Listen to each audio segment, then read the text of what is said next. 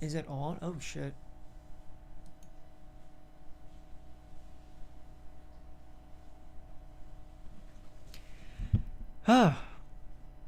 I just realized that, or I wasn't even streaming this whole time. So, right back to the beginning.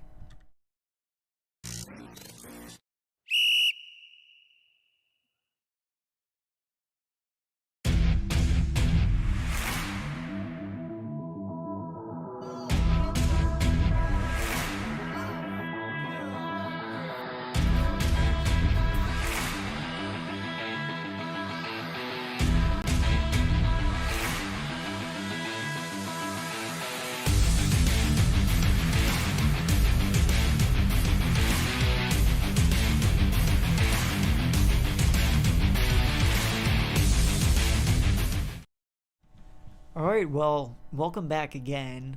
So, I didn't even know that I wasn't streaming. I was talking to myself for a solid 10 minutes. That was awkward. So, let's get right into it. So, week 6 has passed, and I went 9-5. So did Sal and Anthony. Matt, Vicente, and Vegas have went 8-6. I'm currently tied for third place at 55-38. Vicente's at 51-42. Sal is 58-35. He's leading the pack right now. Matt is 49-44. Anthony's 56-37. And Vegas is 55-38 as well. So, without further ado, let's get right into the Philly sports talk. So, the Eagles have beat the Cowboys on Sunday Night Football 26-17, becoming the 6-0 for the first time since 2004 when we had McNabb and Terrell Owens. The Eagles continue to be the best second quarter team in the league, scoring 20 points in the second quarter, but we still struggle in the second half as we were outscored 14-6 in the second half. Yeah, that is still a big concern. Or you can tell when Lane Johnson was ruled out with a concussion, he has a major effect on our offense because Michael Parsons had 3 quarterback rushes during the game, and all 3 happened when Lane Johnson was ruled out. So that just shows you how important he is. Not to mention, according to StatMuse, he is 13-20 when the Eagles are 13-20 when Lane Johnson doesn't play. And you could tell that his impact on the team was missed on Sunday.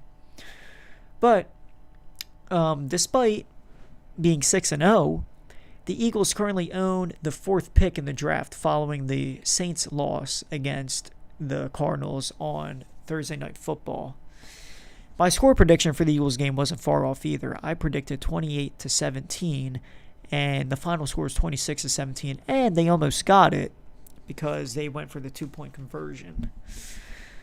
So, there's really not a whole lot to talk about, Eagle-wise. I mean, it's a bye week this week, so there's not a whole lot to say. So, let's talk about the Phillies, the Fightins. They're currently on right now. It is Game 3 of the National League Championship Series. In the first game, Zach Wheeler put on a masterclass, put us up 1-0.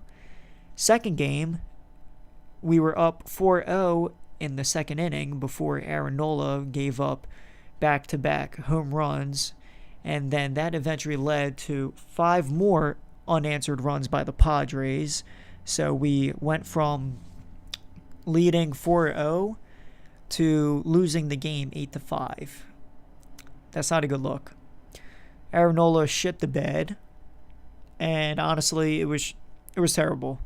But Matt did say we were due and we were in need of a choking game to give us a wake-up call. So let's just hope that's the only game like that. Right now,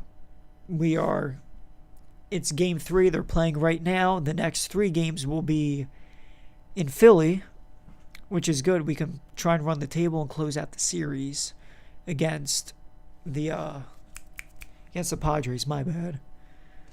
So, games 3 and 5 will be played in Philly. Ranger Suarez is taking the mound for Philly. Last time I checked, it was bottom of the third or fourth, and Kyle Schwarber hit a home run on his first at bat.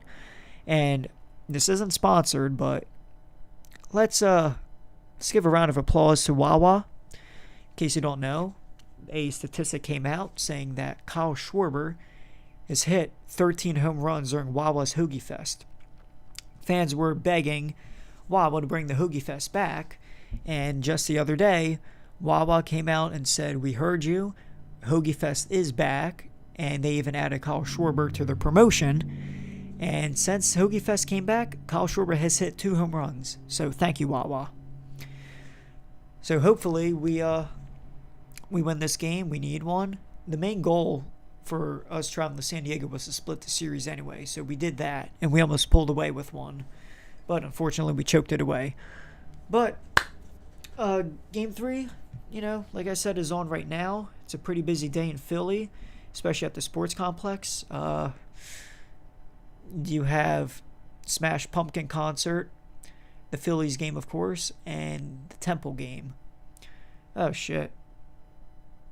Apparently, it's 1-1.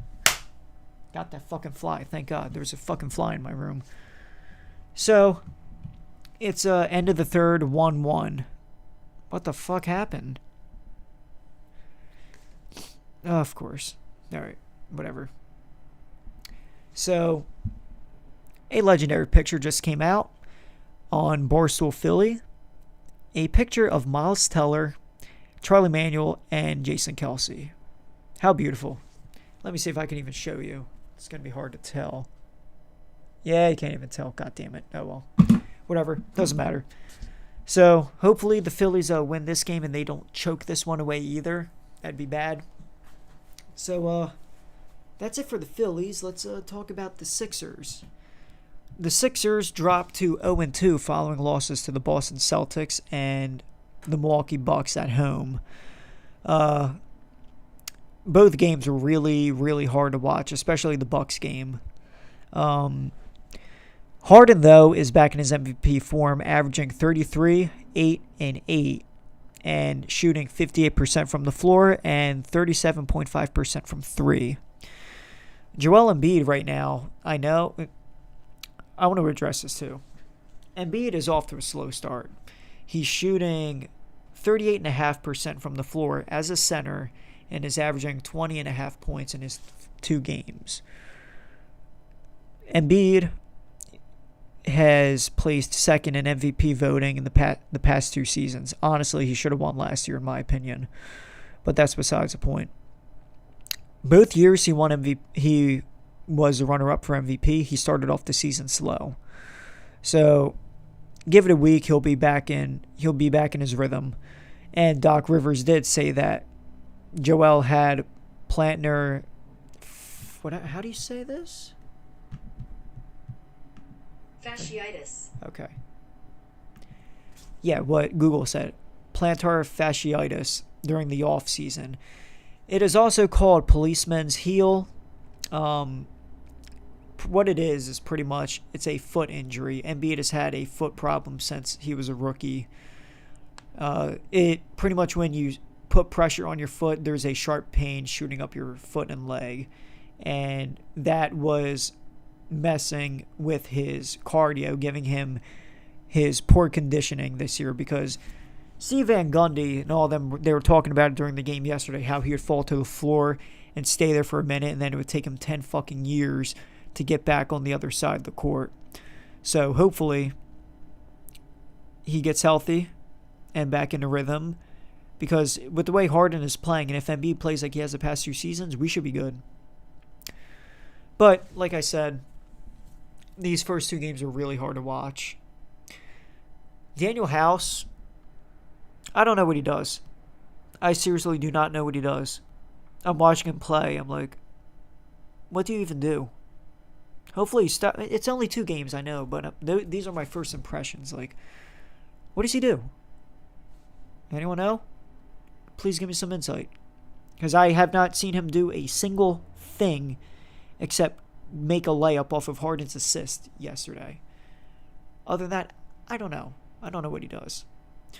So, who would have thought the Sixers would be the worst Philly team of the bunch, and those other teams being the Eagles, Phillies, and Flyers. Let's get on to the Flyers.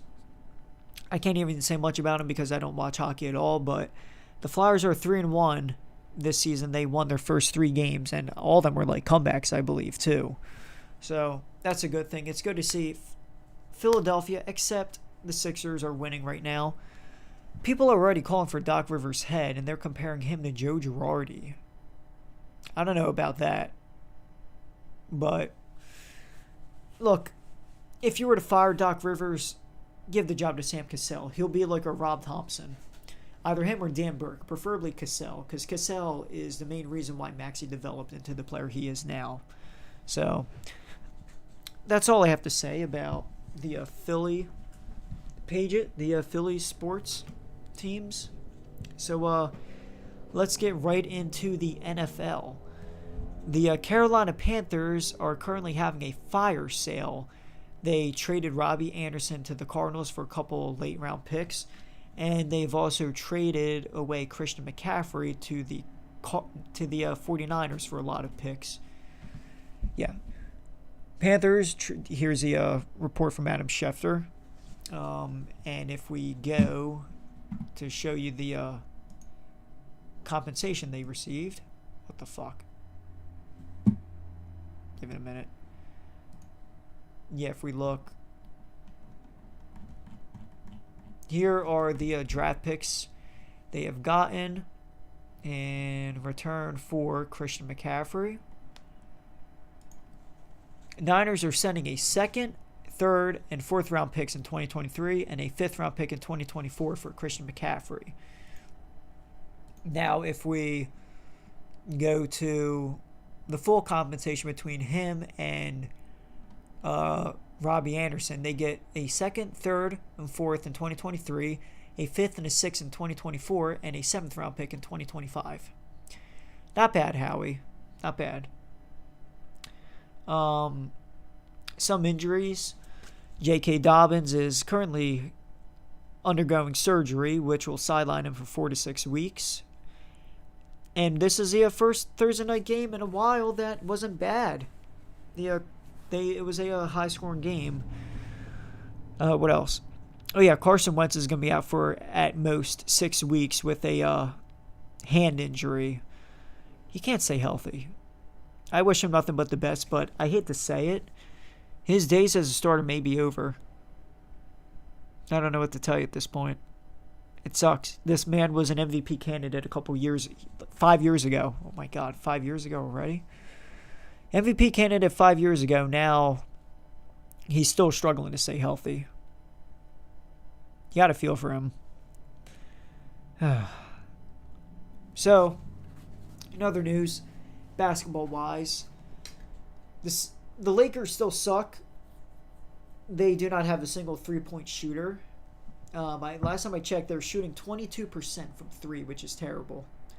So, there's that for you. Yeah, that's all I don't have much for you guys, if I'm being quite honest with you. So, without further ado, let's get right into what you guys have come here for, and that is the Week 7 picks. So, let me pull this up. All right. There we go. All right, Week 7.